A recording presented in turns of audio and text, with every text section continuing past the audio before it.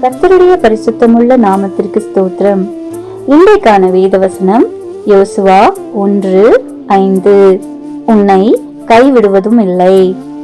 இன்னைக்கு நமக்கு ஏதாவது பிரச்சனையோ, நெருக்கமோ, கஷ்டமோ, பலவீனமோ, தேவைகள் இருக்குன்னு யார்கிட்டையாவது உதவின்னு கேட்டு போய் நின்னோம்னா அவங்க நமக்கு உதவி செய்றேன்னு சொல்லி நம்மளை கைவிட்டுருவாங்க.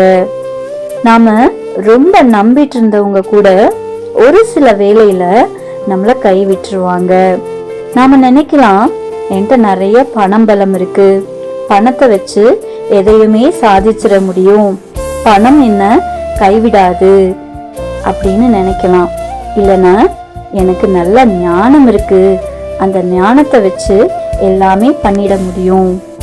இல்லைன்னா என் பிள்ளைங்க என்ன கைவிட மாட்டாங்க, எல்லா சூழ்நிலையிலும் என் கூடவே இருப்பாங்க, என்ன எந்த இடத்துலயும் விட்டு கொடுக்க மாட்டாங்க, என்னை கைவிட்டுற மாட்டாங்கன்னு பிள்ளைங்க மீது நம்பிக்கை வைக்கலாம்.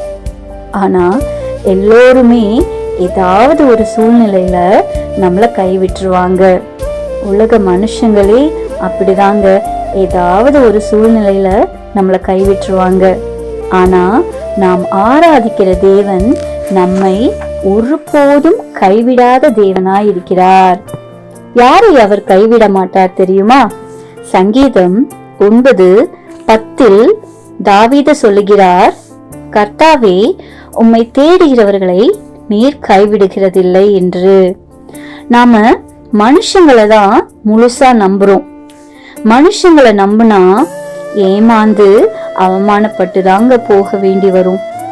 அவரை நாம முழுமையா நம்பி அவரை தேடி அவரை அணுகுபவர்களை அவர் ஒருபோதும் கைவிடாத தேவனாய் இருக்கிறார். அவரை தேடுங்கள், நம்புங்கள், ஆசீர்வாதங்களை பெற்றுக்கொள்ளுங்கள். God bless you. Amen. Amen.